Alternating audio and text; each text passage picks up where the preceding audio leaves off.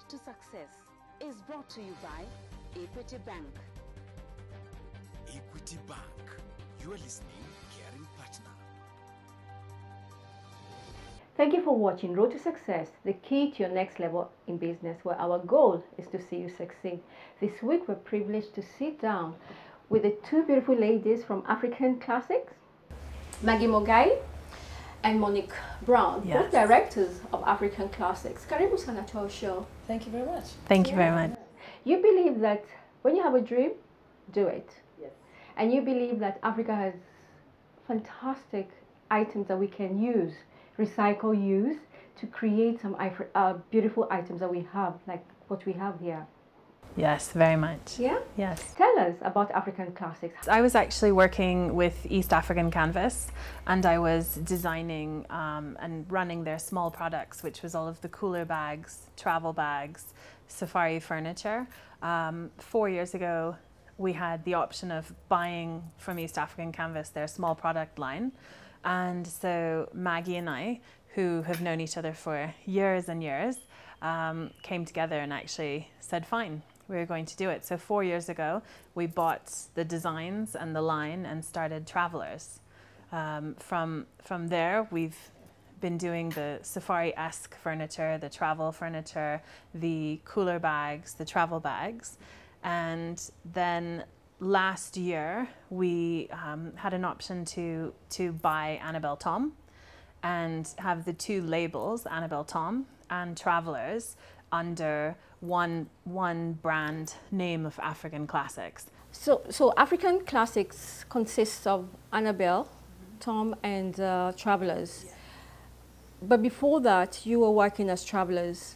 Tell us about Travelers. The travel line mainly consists of the cooler bags, which are insulated bags in different designs. So you've got large, medium, and small. They also come in a different line. You can have the lax, which has got a bit of a leather trim, so you just give a bit of an oomph to your bag, or you can have it just standard, which is just with the webbing, or you can have it chic with a nice African fabric. We also have things like wash basins, which are ideal for camps. And now wash basins, a lot of people have transformed them into champagne coolers. Yeah. Which is actually a brilliant idea because it's a PVC cover that doesn't drain out any water. So you can actually have it even at home. We also have a lot of garden furniture, camp seats, which are what they call director's chairs. What you're sitting on? Yes, that come in leather or canvas. Entirely up to you. What inspired the idea for Travelers? Adventure, Kenya, just the environment. I mean, Kenya itself, we love going to the park. We do, yeah. And you gotta have our creature comforts. So you gotta have a nice bag to put your drinks in and travel in style and in comfort. Monique, you mentioned that you were working for East African Canvas before you came into Travelers. How did that help you? What ideas did you bring into Travelers? With East African Canvas, we had already a basic line of travel bags, some duffel bags, and some basic cooler bags that we had been working with. And it allowed me to already have an idea of costings, an idea of material prices. So when we went into it, we knew the suppliers that we'd already been dealing with. So that really helped us kind of get, I think, a good footing. What would you say is your style? I'd say mine is safari chic boho. It's casual, comfortable, but fun. You worked with Travelers for 4 years. At what point did you decide that you want to work with another brand? It kind of just happened. It was an opportunity that presented itself. Annabelle has been a friend to both of us for years. So we've known her, I've known Annabelle, I think, for 15 years now. And when she decided that she was ready to sell the company and came out, we were sitting and just chatting and discussing things. And she obviously went home and thought about it and chatted to some of our mutual friends. And one of our mutual friends said to her, well, why don't you sell it to Monique? So Annabelle called us the next day and said, would you be interested? Would you want to do something like this? We've both loved Annabelle Tom bags forever. It's, I think for both of Maggie and I, every year we've purchased an Annabelle Tom bag ourselves. So it was a brand that we knew. It was designs that we liked. It was something that you could absolutely say worked for us. And so I think we thought about it for 2 or 3 days and then said yes. Why was it nerve-wracking for you? Knowing that you've got to keep up with the existing designs, coming up with new designs, keeping the existing customers happy and searching for new ones. It was a challenge, and it still is sometimes. It was one of those experiences where it's almost like an out-of-body experience, because you're like, wow, this is happening. Can we really do this? We said yes, so we have to do it. How do these two different brands work together? They're both long-lasting, durable brands. They're not built for a season. They're not built for a fashion moment. It's something that it's a lifestyle brand. The people that have been coming to us like adventure. They like something that's a durable, long-lasting product. They like to have a piece of Kenya with them, and that's kind of what both of the brands actually kind of embody. Tell us the process of acquiring such a big brand like Annabelle. I think Maggie and I went into it quite naively, thinking it would be very easy, think it would be here's, you know, money, here's paperwork, here's stock, and you're actually finished. The truth of the matter is doing a merger takes a year plus, really, because you have to actually run 2 separate companies. Because you're running the Travelers. Yes, but to do the merging, you have to wait for your financial year to end before you can actually merge into another company. You have to meet with the auditors. So for that entire year of last year, we actually ran 2 companies. Yeah. Let's talk, besides that, let's talk about other things that are involved in the merger, like taking on the staff, premises, the stock. So you had to double your shop space. You then brought in, it came with administrative management and stuff, so you had to build an office for them and different fittings and stuff. So suddenly it was and you had to try and figure out how to get the 2 together. Yeah. So you had to figure out how to get our stock together with their stock, and still at the same time have, because you're running businesses, issue stock as you're bringing it in. So it was very hectic. Monique and Maggie, it seems that this is something that you were really determined to do, and there was no turning back. But there are other issues, I'm sure, that are involved in mergers, and we'll talk about them after this break. You're watching Road to Success, the key to your next level in business. Don't go away.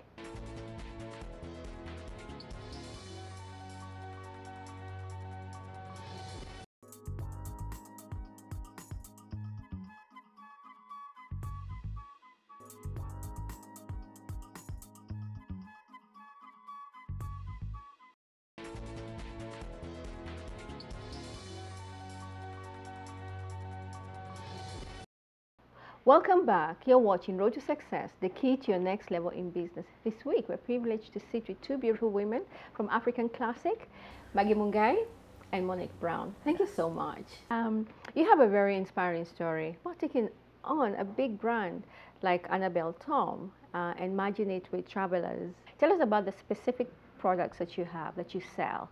We do safari furniture, safari chairs, director's chairs, luggage racks, custom design work, headboards, wardrobes. Then there's the entire cooler line, so insulated drinks and food bags, as well as travel bags, travel accessories, and all sorts of other fun travel accessories. Annabelle Tom line has a very broad design line, from clutches to crossbodies to beautiful tote bags. There's belts, there's jewelry. And we also cater for a different range. You've got the young, hip, sort of chic girl who doesn't want a big bag, She wants just something small. She can put her makeup, a few shillings in there, and her credit cards and car keys, and she's happy. Then you've got the lady who likes a big handbag, the statement handbag, where notice me. You have to notice me, and we cater for that very well. With nice, beautiful, bright colors. Yeah, yeah. And then there's a lady who just wants the usual standard sort of bag, which is a bit muted, dark colors that she can wear with any outfit. Besides the individual clients that you have, the male and female, the mom and the dad, who else do you target? Safari companies. We do a lot of tarpaulin covers, do a lot of safari seat covers, which is basically canvas with leather combination, or just canvas, or full leather, depending on your choice. Do a lot of hotels and lodges, and interior designers come to us. One of the things I've also noticed is there are very many women you work with. Was that by choice? I think we just found that we had a wonderful relationship with a specific person, and we liked their talent, and so therefore we wanted to nurture and move them up in a position. And then the top two people that have been in our production and our stores have ended up being women who've done an amazing job. I do think that we have an excellent team all around, from every aspect to every employee and every artisan that we work with. Let's talk about your marketing. What strategies have you put in place? We're mainly a word of mouth. However, that being said, we're on Facebook, we're on Twitter, we're on Instagram. We're now working with a online retail, Knickknacks, which has just started in Kenya, and it's all about luxury Kenyan goods for delivery. So we've started working with them, and we do have our own online website presence where you can actually order directly.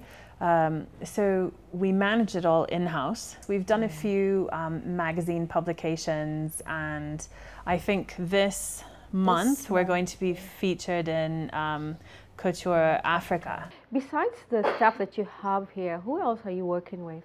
We have, we work with artisans that do bone design work, so bone jewelry, beads.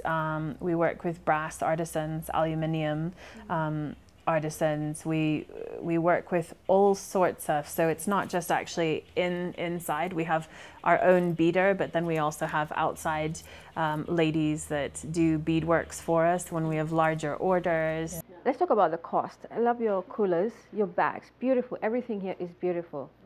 Somebody looking at this will think they're very, very expensive. Our prices actually kind of range anywhere from about, our cheapest little lipstick coin things are about 600 shillings. Our largest bags go to about 25,000 shillings.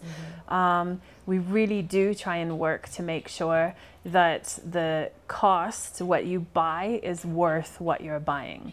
So it's not the most expensive on the market by far, but it's also not the cheapest. And where do you get your raw material from? They're all locally sourced, actually. Yes. I mean, Kenya, you'd be amazed, that has a lot to offer when it comes to fabric. So, and leather, beautiful leathers. Having merged both labels, that's the Travelers and Annabelle Toms, what are the challenges? I know you had mentioned some challenges that you have experienced. What are the challenges do you experience? The biggest challenge is just the staying power. Do you have the energy? Do you have the resources? Do you have the support? And do you have the right client base in order to have a brand and labels that are long-lasting quality? Okay. And lessons learned? Believe in your partner, support your partner, and know that it's the two of you against the world. The future for African Classics? I think more outlets will be open in the future. Definitely, we see growth, expansion, possibly a bigger workshop. Like to look at expanding export, but it's in talks, and we'll see what happens. Thank you for your time. I've enjoyed hearing your story. Thank you. You're watching Road to Success, the key to your next level in business. Don't go away. Road to Success is brought to you by Equity Bank. Equity Bank. You are listening, caring partner.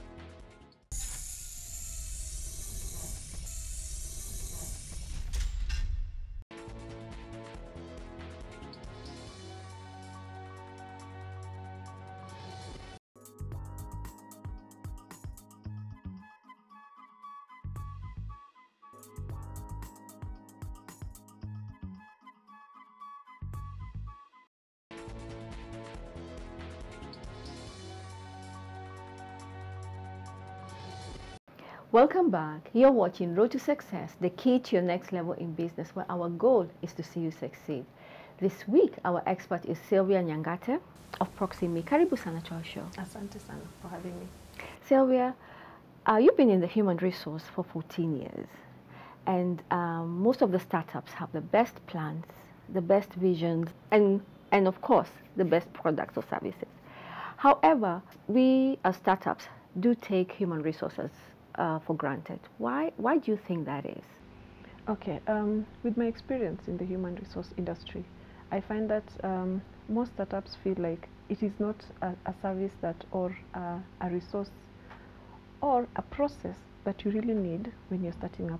And what is this human resource process that we should know?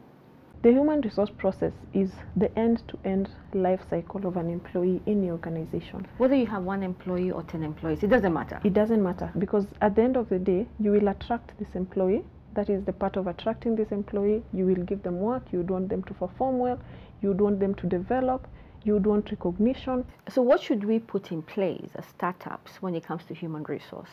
My advice would be, first, have all your staff with contracts.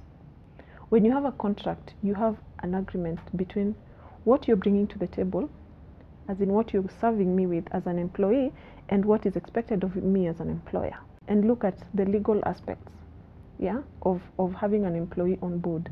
Make sure that you pay above the minimum wage. Just the same way we say we cannot evade taxes, we pay it at 16% VAT and 30%. Why can't we actually just pay our employees well? Assuming I have a small duka, Yes. yeah, I want to employ 2 people. You're telling me I must put those structures in place. Let's say you have a boutique in town, okay? You have like 3 employees in every outlet. I would advise that first, have a contract with your employees. Have their documents. Know where to find them in case of anything. And as you're managing that, try to be very objective. In HR, we say try to be very objective even how you deal with the staff. What do you mean objective? Don't be someone who assumes things.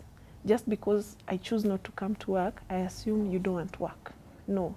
Always try and find out. That way you also have buy-in from your staff. They feel, my boss really cares about me. Don't be too harsh to listen to what your staff want to tell you, because in very big organization, the HR is there to listen to the staff issues. But as an SME, you as a person needs to listen to the staff. Sylvia, at what point should I engage Proximi, your company? If you have at least 5 employees, I would advise that you engage a HR consultant. This HR consultant does not have to sit into your organization. The services do not have to be so crazy and expensive, because everyone hears its consultants and they're like, oh, that is so much money. No. We have structured plans where you have maybe 5 or 6 employees, and we just come to your organization a few hours in a week. Sylvia, what would you say are some of the mistakes startups make besides not signing contracts? Some of the mistakes I've come across is assuming so many things. And we become very emotional with employees. Yeah. So what happens is, I really entrusted this employee. This employee has messed me up. I don't think I can trust them anymore. Now you start having a very funny relationship. Try and understand this employee. It's part of a relationship, because you're in an employer-employee relationship, just the way you're in a B2B relationship. This is a relationship that you need to nurture. Don't make assumptions when it comes to employees. It's important that even when you're communicating to the staff, let one party understand that this is my boss, okay? Sometimes you get too personal, and then now it affects the business. We have talked mostly about the CEOs, the owners of the startups. Yeah. What should employees know when they are working for startups? I usually say this is usually a seed we sow into our employer for God to bless us. Because here I am, I've come into your organization, you have a boutique, I will learn a lot of secrets about you. And most of the times, people who work in boutiques end up opening boutiques. So I will learn so much from you, okay? So if I get to know where you want to grow, I am the one who's sitting at the shop. I am the one who is interacting with the customer. Your role is to make me grow. Yeah. Yes. What about when it comes to salaries? Because a lot of people come in with an expectation. Yeah. When you're coming into a business, For SMEs, I find that they always have a gap. Why the gap? The gap is because this person has been with me from, let me give an example of 2015. They're approaching 3 years, then someone else comes in. 3 years, maybe their starting salary was 20,000. It has gradually grown. It's now maybe 25. I'm just giving case in point. Then you come in and you expect to get the 25, even if you're doing the same role. They should be, the owner, while they're interviewing you, or while they want to engage your services, they should tell you that the start salary is this. It will grow as you grow with the business. Yeah. And when it comes to HR, what should they know?